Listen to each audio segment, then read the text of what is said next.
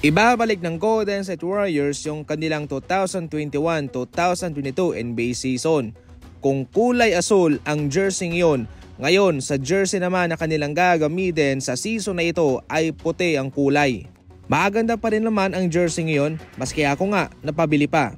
Well, ating hihintayin yan sa personal. Ngayon, nag-leak pa lang ito at hindi pa official na inanunsyo ng Golden State Warriors. At yan mismo ang ating hihintayin. Samantala, banuraw si LeBron sa free throw. Nako, yan ang matinding pahayag ni Muggsy Bogues mga idol patungkol kay LeBron James. Yan ang kanyang dahilan kung bakit hindi niya kinukonsider na tatawaging GOAT si LeBron. Siya ang tumawag dyan mga idol, hindi ako. Si Muggsy ang nagsabi niyan. Ayon sa legendary basketball player na si Muggsy, LeBron James can shoot free throw. Hindi naman sa sinasabi niyang hindi siya nakakapukol, pero hindi raw siya great free throw shooter.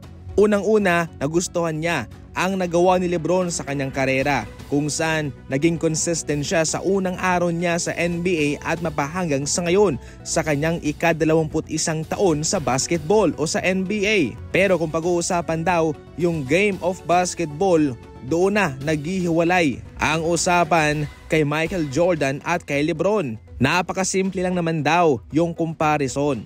Yung skill set ni Michael Jordan, yun ang naghihiwalay sa kanya kay LeBron sa usapang GOAT. At dahil sa kakulangan ng skill set ni LeBron, yan ang malaking rason kung bakit hindi siya nakakasabay sa GOAT conversation. Yan ang sariling opinyon ni Muggsy mga idol patungkol sa usapang GOAT between kay LeBron at kay Michael Jordan. Yan ho ay ang kanyang sariling opinyon. At ating re-respetuhin yan. Pwede rin naman na tayo maglabas ng ating sariling opinyon kung sino ang GOAT ninyo. Pwede po kayo mag-comment dyan sa ibaba at babasahin ko at baka makareply pa. Sa ating huling balita, excited na si Klay Thompson sa panibagong yugto ng kanyang NBA career sa kanyang bagong team na Dallas Mavericks. Ayon kay Klay Thompson, kanyang ini-enjoy ang mga maliliit na bagay sa kanyang bagong team.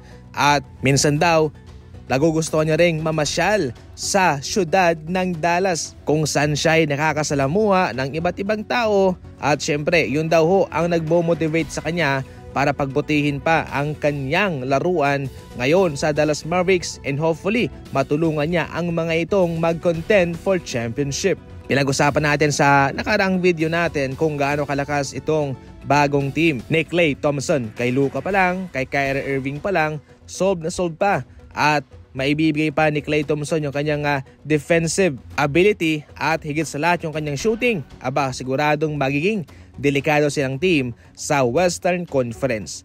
Yan lang muna sa ngayon ng ating mga balitang basketball. And as always, thank you for watching.